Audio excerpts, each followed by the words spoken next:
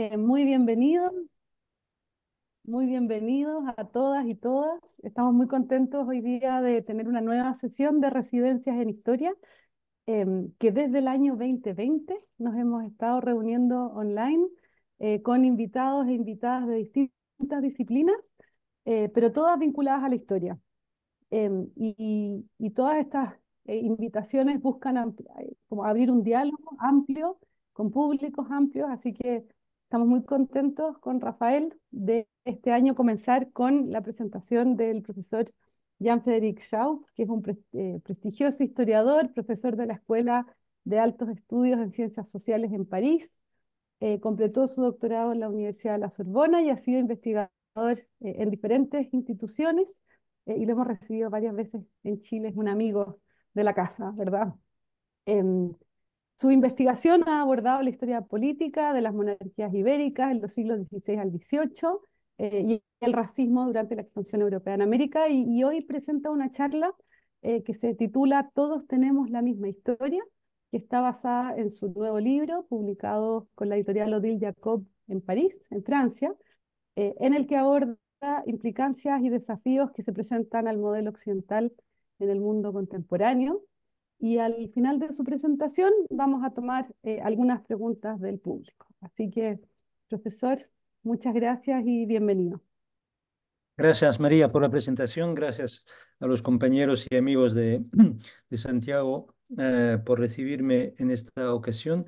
Em, para presentar lo que quise hacer en este libro, quizás pueda empezar por una anécdota.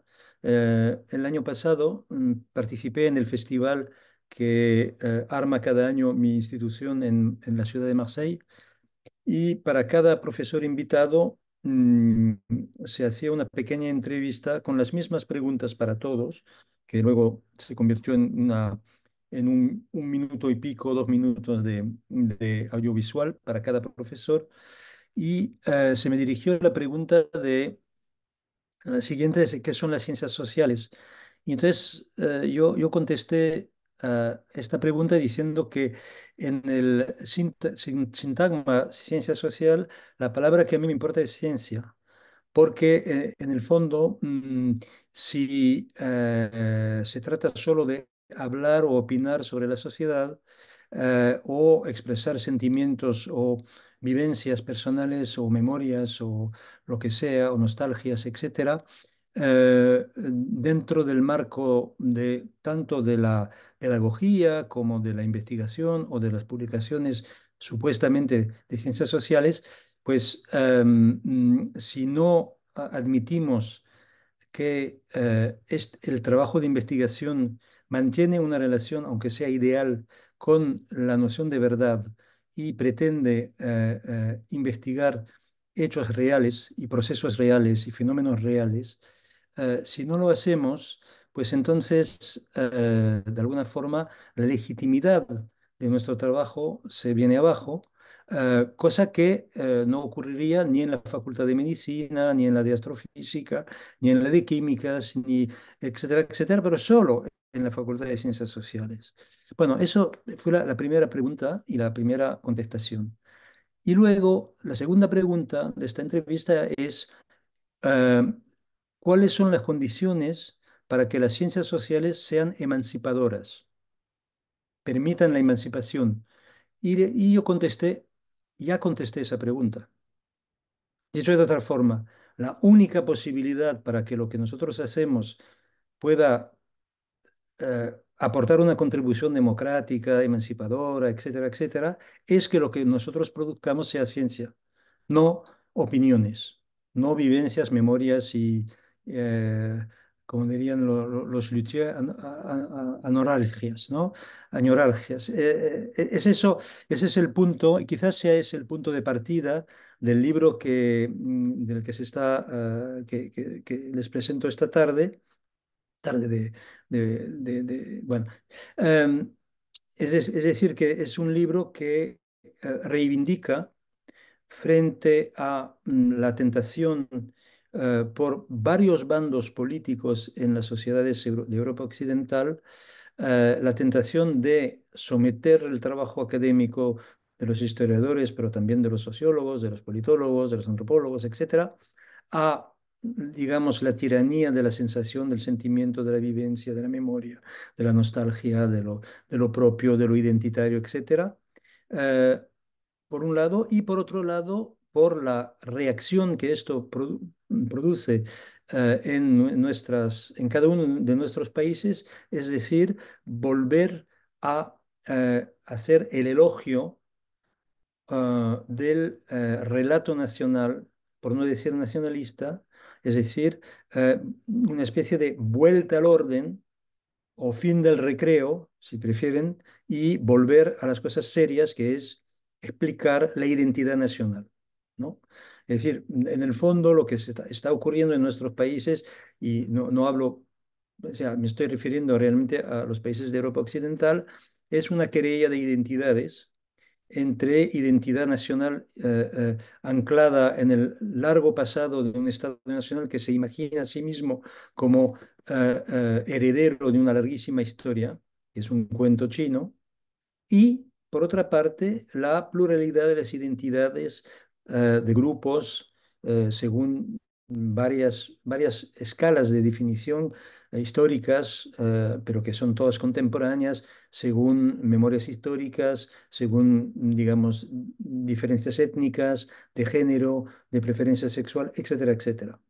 Entonces, el problema con el que nos enfrentamos, ahora mismo estoy hablando de Francia sobre todo, en el fondo es el diálogo, eh, especialmente estéril, que no es en realidad un diálogo, es más bien un par de trincheras de una derecha conservadora que no tiene otro discurso sino el de exaltar la historia nacional y un discurso supuestamente emancipador de un sinfín de grupos, subgrupos, cuya, digamos, característica es desarrollar sobre todo una retórica muy parecida de grupo en grupo, aunque sean distintos, que sí que lo podríamos calificar como retórica victimista. Y ahí estamos. Y estamos en esta situación que acaba provocando un cierto aburrimiento, debo decir, pero que de todos modos, en ninguno de los dos casos, los que están anclados en esas dos trincheras, ninguno de los dos grupos parece capaz de producir lo que estaba diciendo, una ciencia social digamos, defiende una cierta coherencia metodológica, competencias filológicas, y un largo etcétera. Dicho de otra forma, y para ser todavía más claro, este libro intenta escapar el enfrentamiento entre el llamado antiwokismo de derechas y del wokismo de izquierda o de la extrema izquierda, ¿no? Porque eso ocupa mucho espacio en nuestra vida intelectual, eh, eh, con efectos de producción de conocimientos notablemente estériles, en ambos casos. Y eso es más o menos lo que me llevó a escribir este libro, en torno a una serie de temas. El primer tema es la cuestión del quién queda habilitado para escribir qué tipo de historia. Y en este apartado por el que empieza el libro, la idea es decir que el quién, eh, la respuesta a esta pregunta, ¿quién está habilitado para escribir sobre tal o cual tema?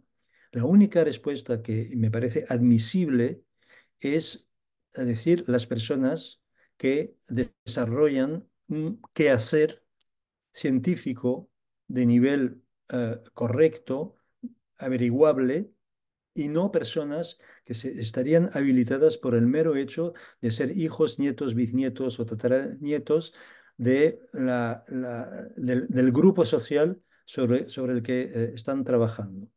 Les daré un ejemplo algo que me ha ocurrido después de publicar el libro, se me pidió y lo hice, hacer una reseña de un libro publicado en San Pablo, que se llama Dicionarios das Relações Etnorraciais Contemporâneas. Y es un libro fascinante con 55 capítulos, de los cuales 26 son de conceptos generales, 23 sobre el tema afro en Brasil, uno, uno sobre los pueblos autóctonos de Brasil, uno. Dos sobre el antisemitismo, uno sobre la situación de los chinos y japoneses brasileños, o sea, personas de origen chino y japonés. La cosa interesante es que ese libro es un libro que de alguna forma, eh, eh, bueno, dentro de su afrocentrismo llega a niveles de absurdo, o sea, porque es una mala descripción de la sociedad brasileña por todo lo que falta, digamos. Pero sobre todo lo que es llamativo es que es un libro que reivindica ser el fruto de la política de cuotas, lo cual me parece muy bien. O sea, no estoy nada en contra de políticas de cuotas, que esto quede claro, pero lo que produce este libro es la sensación realmente de profundo fracaso en la medida en que las personas que integran el coro de los profesores universitarios de las federales o de las estaduales en Brasil, viniendo del mundo antiguamente que era vetado en la universidad, es decir, el mundo afro-brasileño, parece que es como que su presencia en la universidad sirve para, y sirve exclusivamente para eh, aportar el testimonio de la condición negra. Es decir, el problema es traer el fruto de las luchas sociales dentro del recinto universitario, pero no, en absoluto, no eh, abrir la puerta a que una persona de origen afro-brasileña pueda ser profesor de filosofía griega, de historia de la pintura del Renacimiento o del cine alemán de los años 20. ¿Mm? Es decir, el sistema de lo que demuestra ese libro es que en el fondo los autores de este diccionario trasladan una imagen que espero que sea errónea, yo lo espero profundamente, pero si tomamos en cuenta esa imagen, es en el fondo el sistema de cuotas permite a gente subalterna ser testigos de la subalternidad, pero no enseñar el canon. El canon sigue siendo enseñado por personas blancas. Eso es lo que... Entonces, la pregunta del quién es esa es la pregunta. Mi punto de entrada en el libro es decir, cualquier persona, sea cual sea su origen social, étnico o su género, puede abordar cualquier tema de historia, incluso temas de historia determinados por objetos de historia determinados por definiciones étnicas de género, de origen social, etcétera, o de categoría social, etcétera. Y a partir de ahí, pues, el libro aborda toda una serie de cuestiones, la cuestión del desbancamiento de la referencia al canon europeo, la crítica, digamos, del eurocentrismo tal y como vino desarrollándose a lo largo de los 50 últimos años o algo así, eh, eh, crítica que en muchos aspectos es válida, tanto más en cuanto que esa crítica procede de Europa. Es decir, la gran paradoja del discurso sobre la crítica del eurocentrismo es que ese discurso se nutre, no solo, pero se nutre de forma evidente de lo que me parece a mí una de las claves para entender el poder de seducción del modelo europeo a escala mundial desde hace bueno, 2, 3, 4 siglos, que es la capacidad europea de autocrítica. Es decir, la paradoja es la capacidad europea de denunciar la violencia europea, la hipocresía europea, etcétera, etcétera, lo que convierte a Europa en un modelo deseable de imitar.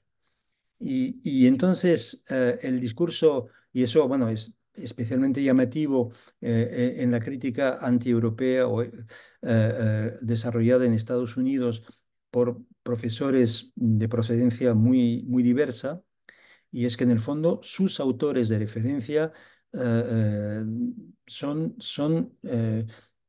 bueno, para los periodos realmente muy clásicos, podríamos hablar de los Montaigne, en fin, de muchos, de los Jonathan Swift, lo que quieran ustedes, pero para el periodo contemporáneo de Foucault, podríamos hablar de Antonio Gramsci, en fin, podríamos hablar de un sinfín de autores que en el fondo son autores movilizados para ningunear a Europa, pero que resulta que son autores europeos. No digo que solo ellos cuentan, por supuesto, sería absurdo, pero no podemos admitir realizar con y contra Europa la operación que Edward Said denunciaba que se había llevado a cabo con y contra el orientalismo. O sea, bueno, eso sería, es uno de los primeros apartados. No les voy a contar todo, por supuesto. Luego tengo un capítulo que para mí historiográficamente contó, en fin, es algo que para mí es importante, que es la crítica de una tentación muy fuerte que existe en Europa de crear un espacio académico específico para la historia colonial. Lo que llamo historia colonial, es decir, la historia de la proyección de los europeos fuera de Europa, ¿no? ¿Y eso por qué? Porque lo que estoy viendo, primero, si la historia colonial es importante y lo es de forma evidente, no hay que colocarla en un gueto separada de la historia nacional. Pónganse en mi lugar, por favor. Los chilenos, yo estoy viviendo en una metrópoli europea que tuvo un imperio y la cuestión es si ese imperio colonial se estudia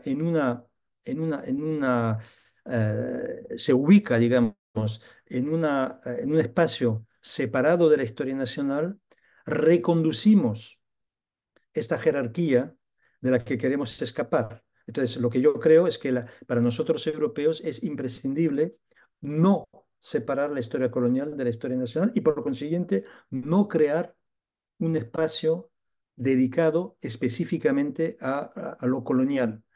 Tanto más en cuanto que en nuestro caso, lo que estamos viendo, sobre todo en el ámbito de la historia contemporánea, es cómo la historia colonial, vista desde un país metropolitano, como es el caso de Francia, sería lo mismo para el Reino Unido o para Bélgica, etcétera.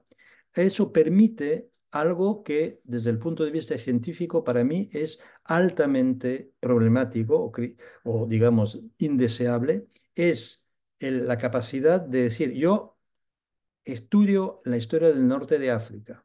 Mm. Yo estudio África Occidental. Yo estudio Indochina. Pero claro, yo no sé vietnamita, la lengua de Vietnam, no sé ningún idioma de África Occidental, no sé árabe, pero soy historiador, soy un historiador muy abierto, muy capaz de salir del espacio nacional, y puedo hablar de sociedades no europeas, pero con archivos, con fuentes, con referencias exclusivamente europeas. Y eso para mí es una forma, es de hecho el camino de la historia global barata, de la historia global de la gente que no paga el altísimo precio de aprender idiomas muy contrastivos con los idiomas europeos. Y esto valdría, por supuesto, con los decoloniales, desde Quijano hasta absolutamente toda la genealogía, desde Quijano hasta nuestros días, de gente que nos están hablando de epistemicidio día sí, día no, perdón, día sí, y ninguno de ellos, repito, ninguno, se ha molestado en aprender quechua, aprender náhuatl, aprender maya yucateca, aprender tupi-guaraní, ir a la Mixteca para aprender idiomas minoritarios del mundo mexicano, etcétera, etcétera. Entonces, ahí es donde pongo, digamos, un cierto freno a la voluntad de aislar la historia colonial de la historia europea. Yo creo que tienen que ir juntas y la historia colonial no puede ser pretexto para hablar de los no europeos a partir de referencias exclusivamente europeas, que es lo que se está llevando. Bueno, em, también, y eso lo podría desarrollar en el debate si quieren, en el fondo también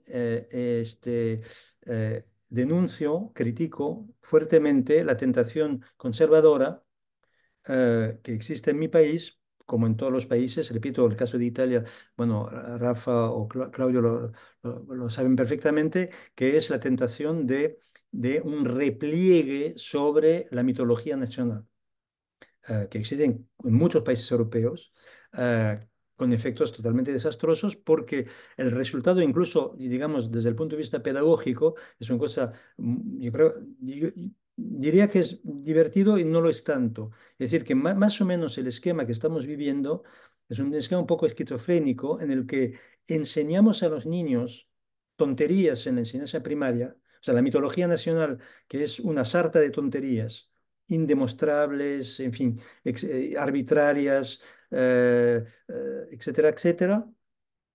Y luego la enseñanza secundaria se dedica a empezar el trabajo de deconstrucción de ese discurso de la primaria y luego finalmente en la universidad se acaba, digamos, el proceso de destrucción de este discurso, que es que es un discurso folclórico, digamos, mitológico, etcétera, etcétera.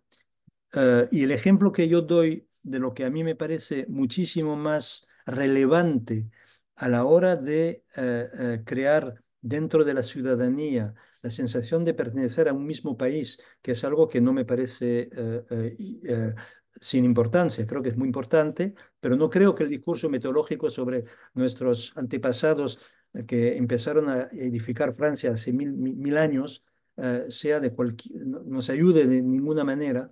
En cambio, el ejemplo que yo doy, porque además a mí me llega muy de cerca personalmente, es en el año 2022 fue el 400 aniversarios del nacimiento del poeta, bueno, del hombre de teatro Molière, y resulta que en Francia, durante ese año 2022, profesores de primaria y de secundaria, desde el norte al sur del país, del este al oeste, a casi todos los niveles de la primaria y secundaria, se dedicaron a que niños, niñas de todas las clases sociales y de todos los orígenes étnicos, hijos de inmigrantes como hijos de gente, de familias que siempre estuvieron en Francia, etcétera,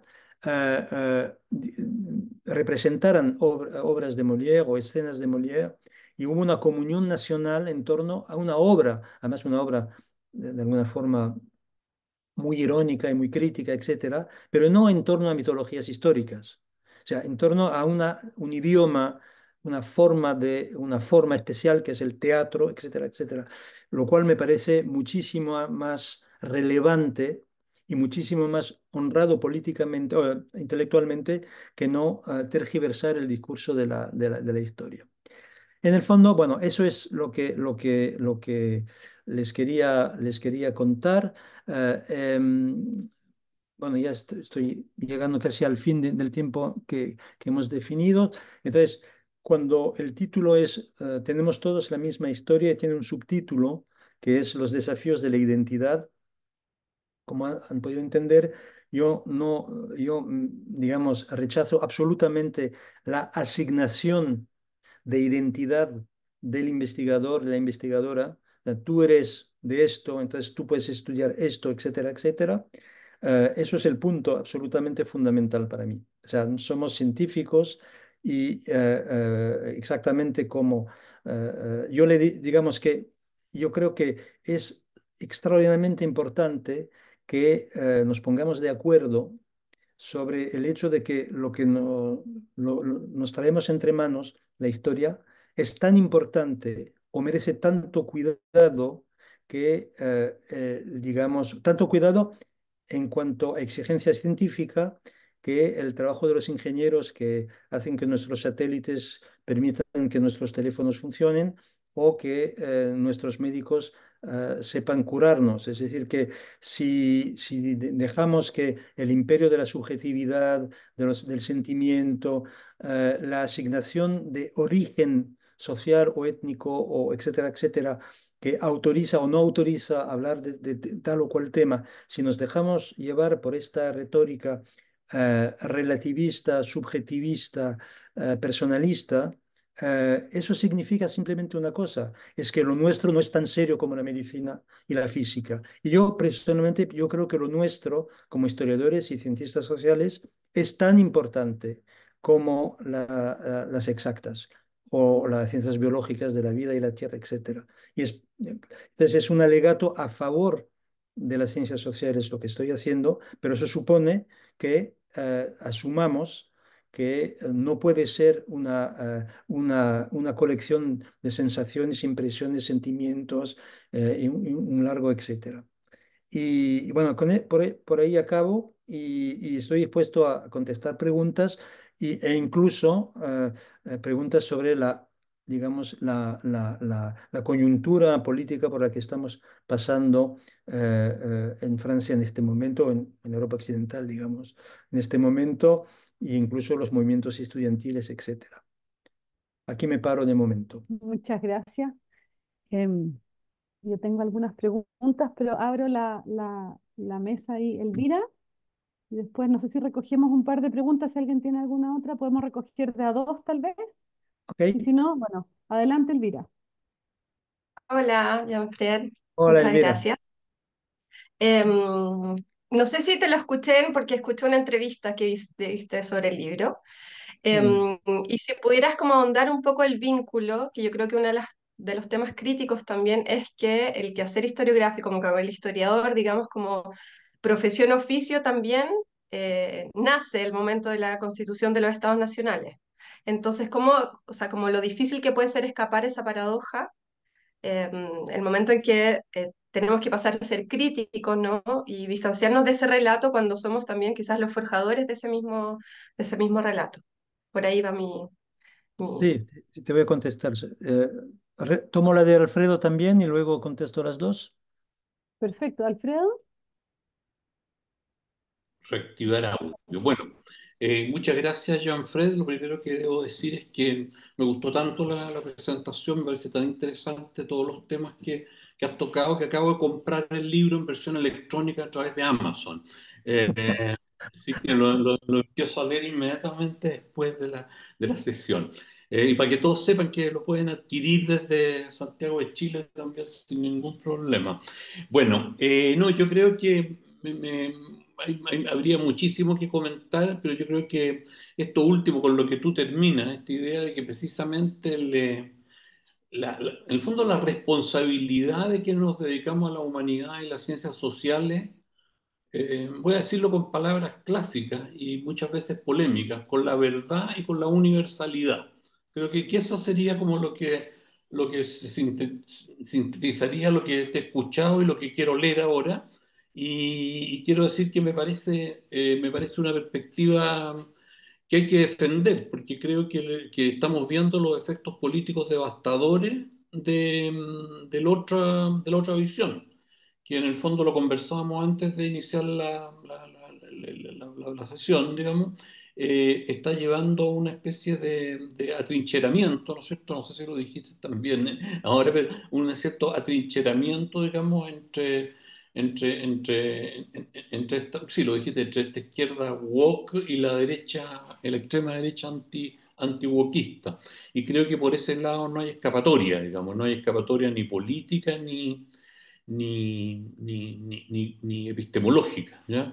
Eh, Me he acordado mucho del título de aquel libro de Entre Guerras, de la tradición de los intelectuales, de Julien Benda, más allá de la calidad de las argumentaciones y su actualidad, pero creo que hay mucho de eso. Ahora, dicho todo esto y expresado mi acuerdo, yo creo que el problema es que me interesa ver cómo el libro lidia con las paradojas que tú también has planteado, digamos, porque creo que Elvira tiene razón en que parece que que tenemos que vivir en una tensión irresoluble entre esta aspiración a la verdad y a la universalidad y ciertos usos eh, cívicos mejores y peores de nuestras disciplinas que parecen ser intrínsecas a ellas. Ese sería un punto, es decir, porque muchas veces a mí lo de la aspiración a la cientificidad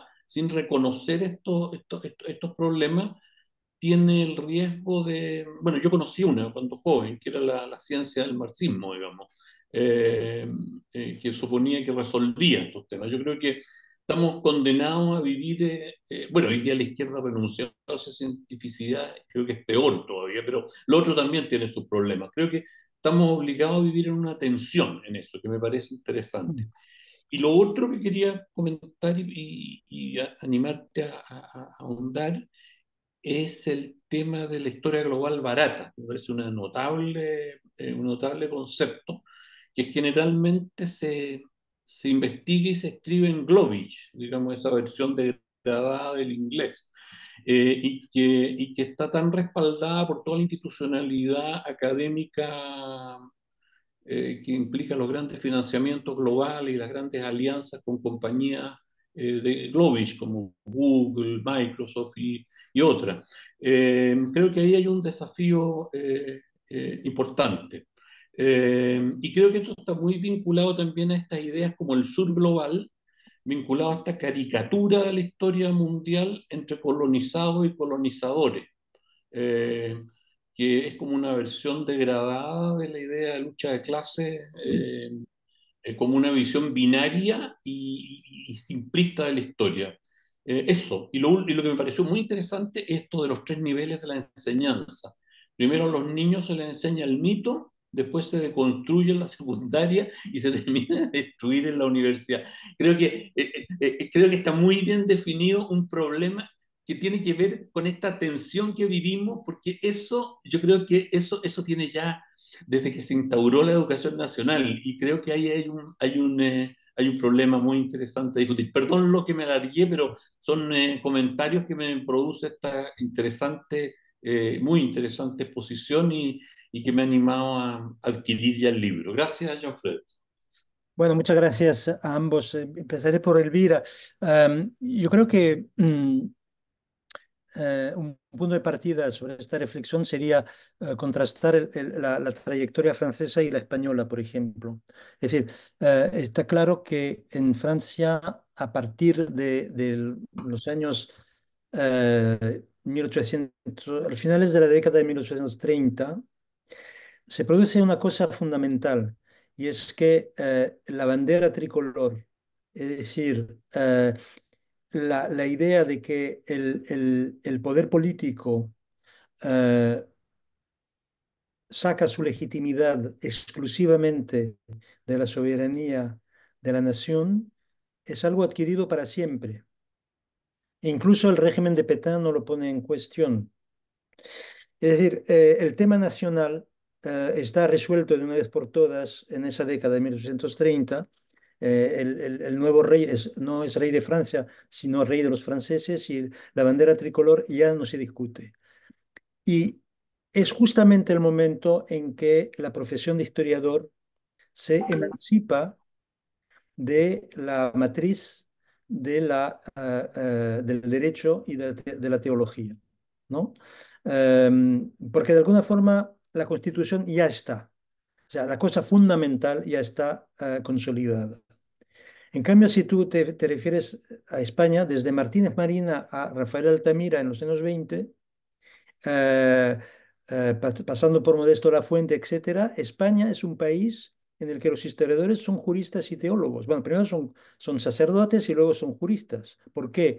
Porque como el tema nacional nunca se resuelve, el historiador es constitucionalista. O sea, escribir historia es hacer constitución en España.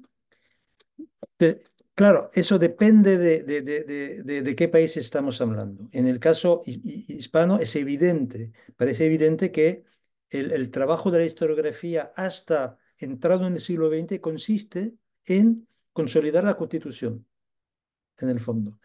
eh, cosa que no se da en todos los países. Eso sería mi forma de contestar. Entonces, es complicado, pero en cuanto que el esquema nacional se considera como irreversible, los historiadores pueden emanciparse de la necesidad de hacer historia nacional porque ya no tienen ese papel constitucional al que estaba aludiendo. En cuanto a lo de Alfredo, bueno, como siempre había mil cosas en lo de Alfredo. Primero, woke anti-woke. Hice todos los esfuerzos posibles, incluso de cara al editor, para que la palabra woke no aparezca en ningún momento, ni en el título ni en el texto, porque precisamente la trampa es ir como un toro al pañuelo rojo de las formas más, digamos, groseras del movimiento woke, como lo está haciendo la derecha y la derecha conservadora. Entonces, era evitar absolutamente, yo creo que la forma de evitar esas trincheras es volver a insistir sobre que contra Foucault y los relativistas, bueno, contra los lectores perezosos de Foucault y el relativismo, lo que estamos haciendo es producir conocimiento, no es resaltar identidades, no es ilustrar identidades, sensaciones y impresiones y vivencias, ¿no? Sino producir conocimiento, ¿no? Entonces es una forma de no entrar al trapo y salir, digamos, de otra manera de la cuestión. Em, Usos cívicos. Ahí es algo fundamental. Es decir, está claro que en todas nuestras sociedades la- la- el pasado sirve para armar la ciudadanía, armarla en el mejor sentido de la palabra, o sea, darle alimento, digamos, intelectual, emocional, de identidad, pero de identidad de ciudadanos, etcétera, etcétera. Yo no creo en absoluto que esos, por ejemplo, yo creo que es perfectamente legítimo que un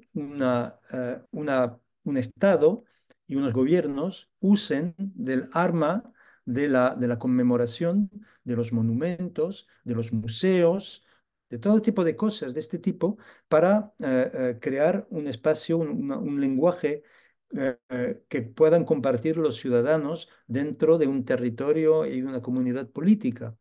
Y no me parece nada mal, como también me parece muy bien que existan series de Netflix ambientadas en el pasado y lo digo sin ironía, ¿eh? Aquí no estoy haciendo burla de nada. Es decir, que la inversión colectiva, social, política en el pasado es algo absolutamente digno, interesante, importante, pero no es académico. O sea, la cuestión académica va por otro lado, va completamente por otro lado. Y por consiguiente, yo creo que sería totalmente contrario a la descripción de lo que está ocurriendo, simplemente la descripción, digamos, empírica de lo que está ocurriendo. Es evidente que la historia universitaria no es la única forma de inversión social en la imagen del pasado. Lo que, por lo que yo abogo es por una separación clara, que sepamos dónde ponemos los pies. Es decir, cuando yo hago una conmemoración, no estoy produciendo ciencia, estoy haciendo otra cosa. ¿Mm? Y entonces, por ejemplo, bueno, en fin, no quiero sacar ejemplo. En cuanto universalidad. Ahí hay una enorme trampa porque resulta que cuando se habla de universalidad, se habla en realidad de tres cosas diferentes. Lo primero, se habla del hecho de que las dos declaraciones universales de los derechos del hombre, ni desde el punto de vista de la raza, ni desde el punto de vista del género, son universales. Y entonces, a partir de esa crítica perfectamente legítima, es como que si viniera abajo el concepto de derecho del hombre, lo cual es una consecuencia para mí totalmente inaceptable, aunque la crítica del carácter no universal de las dos primeras declaraciones, la norteamericana y la francesa, esas dos declaraciones no son universales, aunque lo pretendan, pero eso no significa que la idea de derecho del hombre tenga que venirse abajo. Segundo, está claro que el proceso colonizador tardío, no el del siglo XVI, ¿eh? A no ser que queráis realmente jugar con las palabras y decir que católico significa universal y por consiguiente Cortés es universalista. Bueno, pero eso me parece que es un juego de palabras o de conocimiento de la lengua griega, pero que no sirve para digamos, el argumento. Sin duda, la colonización tardía, la de los belgas en Congo, la de los franceses en Alemania, de los franceses y alemanes en África, etcétera, eh, se basaba en parte en un discurso sobre el carácter universal de la superioridad europea como maestra capaz de ayudar a los pueblos y los territorios, digamos, atrasados, subirse al carro del progreso, etcétera, etcétera. Eso se ha venido totalmente abajo ideológicamente y afortunadamente. Pero queda algo que para mí es fundamental y vuelve al inicio de la discusión, y es que, por lo que yo abogo no es por lo universal como criterio político, sino como lo universal como criterio epistemológico. Es decir, el principio de no contradicción, el principio de separación entre los datos y y la ficción, por ejemplo, esos son principios que valen para cualquier tema de historia. Lo que es universal es el método, no es no es la afirmación de una superioridad blanca, europea, qué sé yo, etcétera. Y entonces hay un malentendido, porque la defensa de lo universal en realidad es la defensa de una epistemología que se define como científica, como racionalista, etcétera. Y por ende, bueno, sobre el sur global, lo único que puedo decir es que como historiador de lo colonial, todo lo que detestamos y con razón como ciudadanos en la memoria de la brutalidad colonial de los europeos allá donde hayan expandido su poder, tanto en la época moderna como en el neocolonialismo decimonónico, ese tipo de fenómenos hoy día están todavía presentes en una dimensión sur-sur. Es decir, lo que Indonesia hace a Papua Nueva Guinea, lo que el cuasi dictador de la India está haciendo a los cientos de millones de musulmanes de la India, lo que está pasando en Myanmar, lo que está pasando con los musulmanes de China, en fin, todo lo que nos parece absolutamente detestable en, en un sistema colonial imperial que aplasta a las minorías disidentes, etcétera, hoy día, de forma absolutamente masiva, se produce no en la relación norte-sur o sur-norte, sino sur-sur. El sur global está completamente fragmentado por ese tipo de conflictos que se parecen muchísimo a los conflictos producidos por el colonialismo europeo en África o en Indochina en el siglo XIX.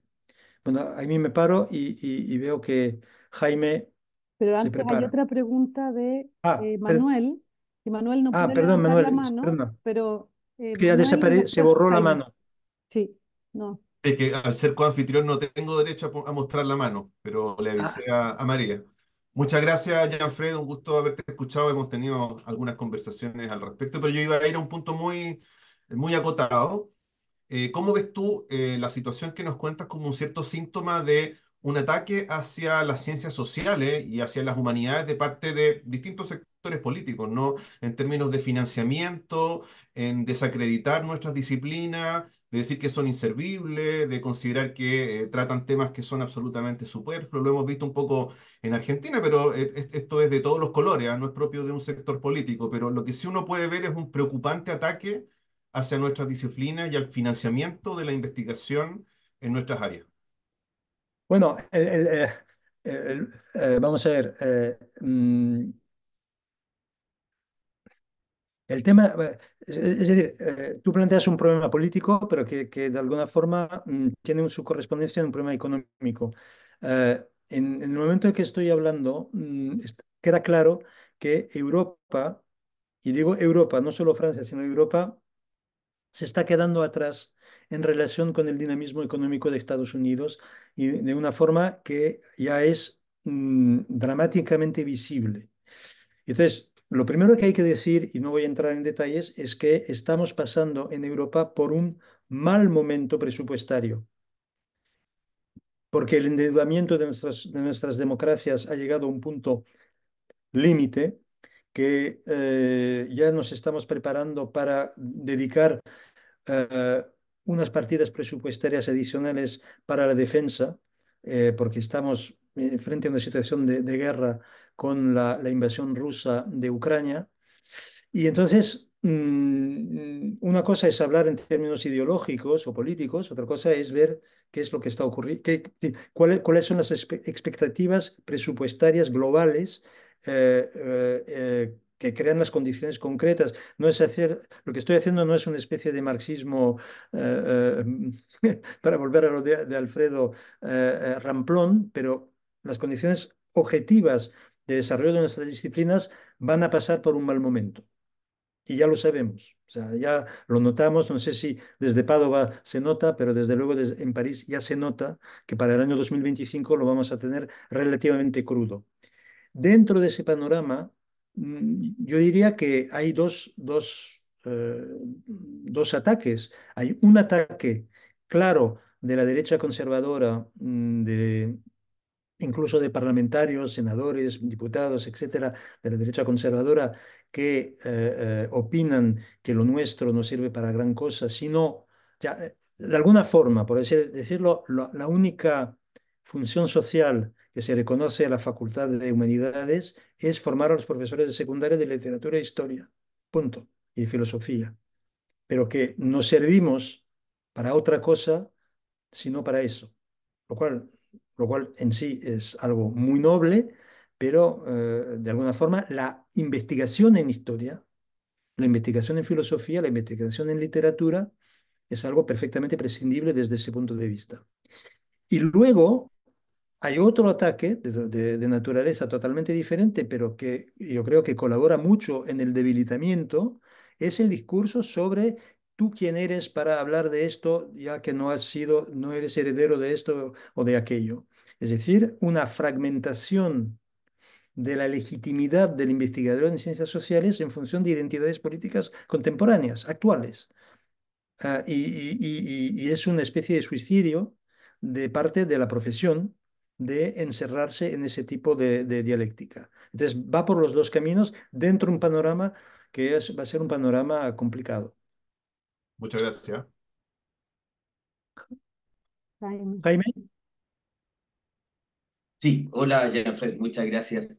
Quiero volver a una reflexión más epistemológica que hiciste tú en relación a esta suerte de imposibilidad de conocer una alteridad si no conoces las mediaciones lingüísticas o la lectura de los documentos. Me imagino que estarás pensando en alguien que hemos conversado en algún momento. Tú no quieres dar ejemplo, yo los voy a dar al libro de Romain Bertin de La historia de partes iguales, que en el fondo estudiar la dinámica holandesa en el sudeste asiático y todas las relaciones que existen en los océanos a través de documentación de origen no europea o que, digamos, pero mediatizada por unas traducciones, ¿no? Ahí está el tema, que hay una crítica ahí en términos de método también y de acercamiento al conocimiento de esas realidades, que en el fondo de lo que tú te haces parte. Me imagino, no sé si pensará algo similar del libro de Salman, del el gran, ¿cómo se dice? El desenclavement, de la ruptura, la apertura del mundo, que él trabaja para un largo periodo, 1200, 1600, donde trabaja China, Japón, la India, pero también América, etcétera, ¿no? Y me imagino que él tampoco conocerá los idiomas ni habrá leído las fuentes de esos lugares. Estoy pensando en un libro muy famoso que todos conocemos, que trabaja el Mediterráneo como océano, pero también el mundo que rodea ese océano, que es el mundo mediterráneo, en una época de un monarca que es justamente un monarca globalizador, que es Felipe II. Bajo esa premisa tuya, quizá Brodel no podría haber escrito ese libro, a no ser que haya sabido árabe y algunas otras lenguas. Yo sé que es una pregunta capciosa, pero me interesaría hacer tu opinión, ¿no? no es una pregunta capciosa. En el fondo, para el caso muy concreto que estás planteando, resulta que las sociedades árabes eh, bueno, una que es realmente organizada en torno a un sistema de monarquía, que es Marruecos, y luego un sinfín de sociedades más o menos organizadas. La única, en el fondo, organizada es la de Egipto. Toda la parte intermedia, lo que serían los países actuales de Argelia, Túnez y Libia, no funcionan como funciona ni Marruecos ni Egipto. El hecho es que, en el fondo, la gran mayoría de la documentación escrita en árabe o en bereber de esa zona en la época de Felipe II no se ha conservado. Es decir, que esas formaciones sociales son formaciones sociales que, por supuesto, recurren mucho a la palabra escrita. No es un mundo, digamos, que le da la espalda a la palabra escrita, pero es un mundo sin simancas. Es un mundo sin el proyecto político y social de conservación del papel como instrumento de gobierno. ¿Y eso qué nos dice? Que efectivamente, si Brodel tuviera que hacer el Mediterráneo hoy, no tendría necesariamente por qué aprender el árabe o el judeo-árabe, sino el osmanlí, es decir, el idioma del Imperio Otomano que, digamos, desarrolla su poder administrativo casi hasta llegar a Marruecos.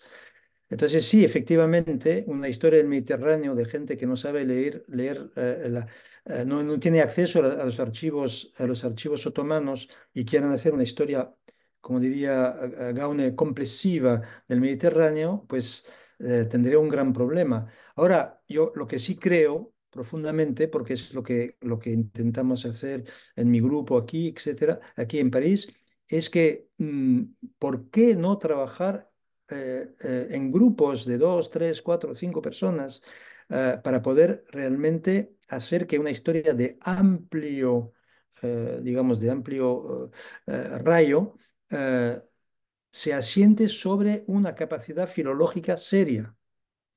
O sea, comprobable y seria. Y eso se puede hacer. O sea, nadie impide que una persona, por ejemplo, sin citar tampoco, porque además son gente más joven que yo, bueno, hay gente que se dedica a historia de Filipinas exclusivamente desde Sevilla y México. Y en particular se interesan y es un caso muy concreto, ¿eh? El papel que la administración española le dedica a los chinos en Manila. ¿De acuerdo? Cosa que hizo Juan Gil hace 20 años, solo con Contaduría Mayor de Cuentas de Simancas. Eh, para mí es inadmisible pretender escribir sobre los chinos de Manila cuando se conoce la existencia de archivos de la dinastía Ming y de la dinastía Qing que están en Taipei. Eh, y además de un país como es China que sabe usar la imprenta 300 años antes de Gutenberg, ¿no? Entonces, claro, es totalmente inadmisible en 2024 decir yo voy a ser historiador de Filipinas desde Simancas y desde el Archivo de la Nación de México. O sea, el Galeón Manila es algo súper importante, por supuesto. Y los primeros en armar una sociedad ibérica de Manila salen de Nueva España. Todo eso está bien. Ahora, pensar que el entorno chino no existe, no sirve para nada, pero nada, absolutamente nada impide hoy trabajar mano en la mano gente que sabe con gente que sabe y ya está. O sea,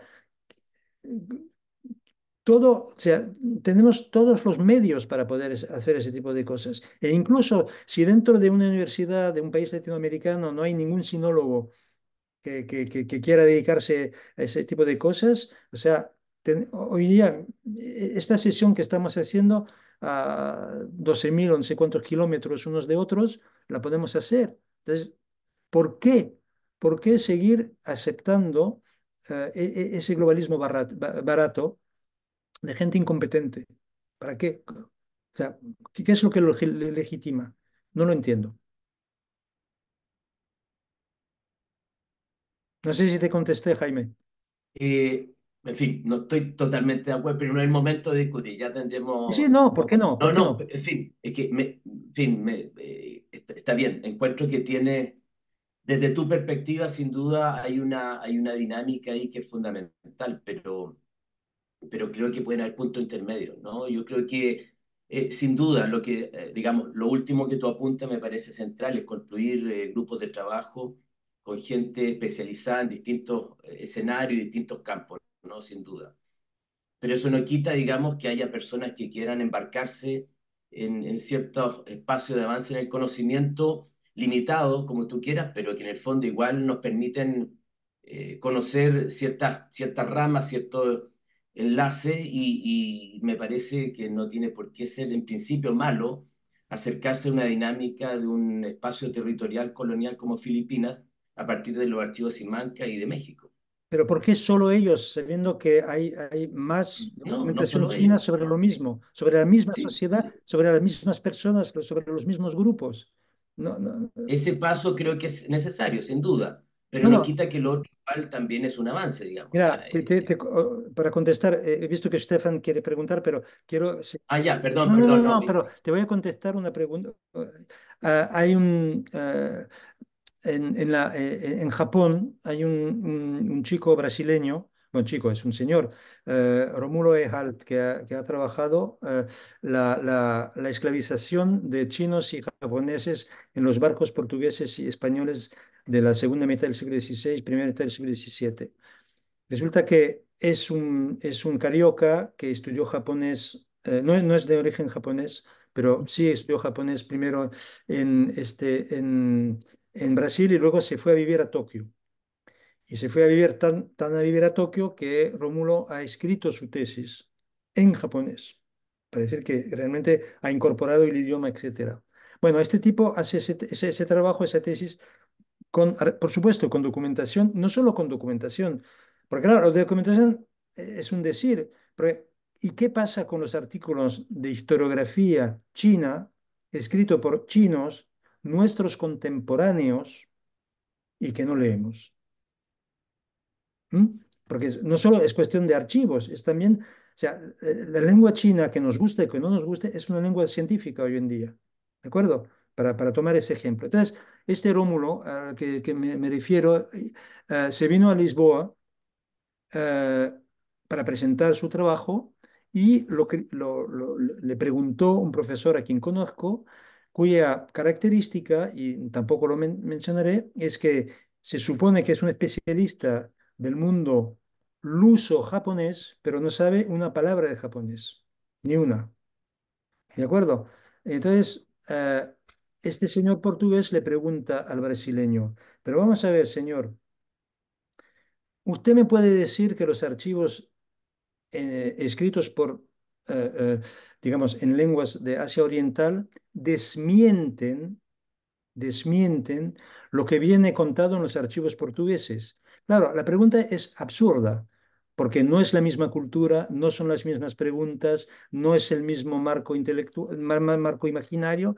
Entonces, claro, Rómulo dijo, pues no, no lo desmiente, pero lo que quería decir es que no desmiente porque no hablan de lo mismo. Entonces, el colega portugués dijo, bueno, pues entonces, si los archivos chinos y japoneses no desmienten lo que yo veo en el archivo de Torre do Tombo, o en el archivo histórico ultramarino de Lisboa, entonces, ¿para qué necesito los archivos oseáticos? Si en el fondo no lo desmiente, no sirven para nada.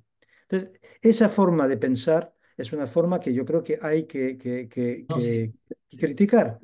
Eso es sí, inadmisible. sí, sí, está bien. Perdona, Estefan, ya te doy, perdona Bueno, que... perdón. Pero, en fin, pero el libro de la Tatiana Seixas sobre los asiáticos en México tiene un valor muy importante, un muy buen libro, independiente que ya no haya trabajado el libro en Sí, Asia. pero imagínate que descubramos en los archivos chinos que Sí, esta parte no tiene ni pies ni sí. cabeza. Es muy posible. ¿Quién sabe? Bueno, en fin, perdona. Sí. Bueno, sí, sí, Stefan. Perdonen por interrumpir su discusión, muy No, interesante. no. Tengo una pregunta que va un poco hacia otra dirección y muchas gracias, Jean-Frédéric. Me parece muy acertado tu análisis en el sentido de que que lo que tenemos que hacer los historiadores para evitar justamente ese uso que hace el Estado y que hace todas las tendencias políticas es insistir en ese carácter de ciencia con criterios universales que tiene la historia. Pero ahora estoy pensando claro, nosotros en el instituto acabamos de inaugurar un magíster en historia pública, Ujú. tenemos muchos estudiantes que se meten en las redes sociales, TikTok, qué sé yo. Entonces, ¿qué tenemos que hacer los historiadores para responder a estos usos por parte de políticos que son parciales, cómo participamos en esos debates públicos si nadie va a leer nuestros artículos de 30 páginas? Nadie nos va a ver, porque todos van a sacar solo esa frase que les sirve para sus intereses políticos. ¿Cómo respondemos? ¿Cómo nos metemos insistiendo en ser científicos, en nuestro carácter de historiadores? ¿Cómo nos metemos en esos debates públicos tratando de evitar esos usos políticos? Ah, estás planteando varias preguntas en una, ¿no? Yo primero, de entrada, debo decir que yo siento una gran solidaridad y gran simpatía hacia el trabajo de crear espacios pedagógicos dedicados a la historia pública. Yo estoy totalmente a favor, o sea, que las cosas sean claras. Lo cual no quiere decir que sea exactamente el mismo tipo de trabajo que el que estás diciendo tú, de producir conocimientos, etcétera, etcétera. Em, el problema de las redes sociales para mí, bueno, TikTok no soy demasiado mayor para tener ni siquiera idea de cómo funciona aquello, pero lo que sí veo, por ejemplo, en el caso de X, antiguamente Twitter, eh, es la gente se equivoca cuando piensa que el problema es la brevedad del mensaje, aunque además se ha ensanchado el mensaje. Lo que sí me parece muy dañino, muy tóxico en Twitter X es la velocidad con la que gente como los académicos son capaces de reaccionar emocionalmente al impulso que les llega de otro tweet. Ahí está el problema. Es decir, yo creo que en 140 caracteres se pueden decir cosas exactas, cosas que no son eslóganes, que no son inexactas. En cambio, yo creo que es imposible decir una cosa inteligente contestando de forma inmediata a un impulso emocional. Entonces, el problema de las redes sociales para mí es un problema de tiempo en el sentido de gestión del tiempo y dedicarle un tiempo a la reflexión. Yo no creo que lo nuestro pueda ser de alguna forma inmediato, pueda ser como eh, contestar de forma como un instinto a un impulso, sea cognitivo, sea emocional. Y entonces, contestar, o sea, estar presentes en las redes sociales supone aceptar, imponer un ritmo. El problema es el ritmo para mí, no es la... Y si aceptamos que nuestra respuesta tarde una media jornada o un día, cuando ya la máquina se ha vuelto loca, pero nosotros, bueno, es una cosa, todos hemos hecho la experiencia, ¿no? En nuestras instituciones tener colegas paranoicos, ¿no?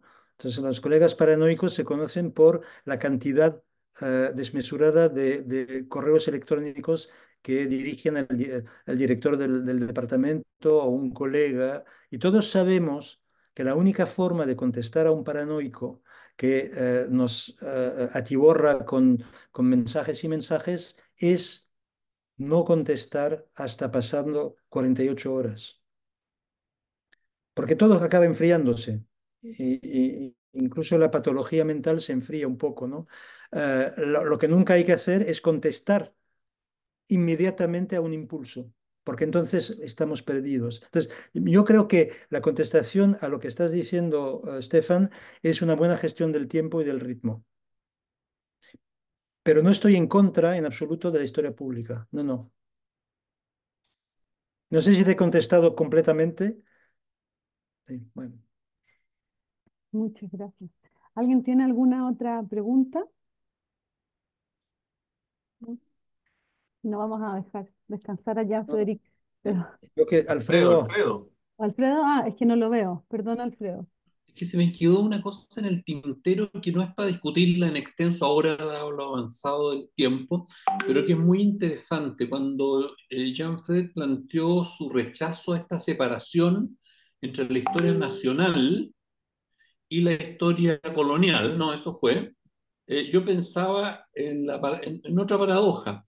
En Chile las tenemos separadas desde que se instauró la enseñanza y la reflexión de la historia. Es decir, pero tenemos separada la historia nacional de la historia universal, ¿no?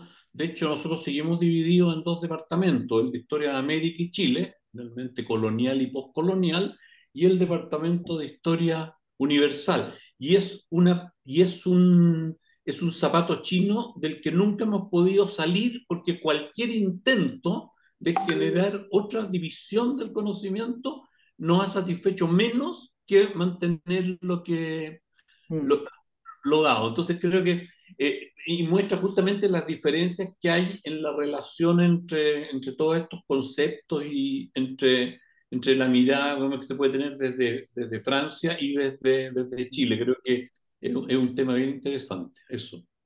muy bien. Muchas gracias.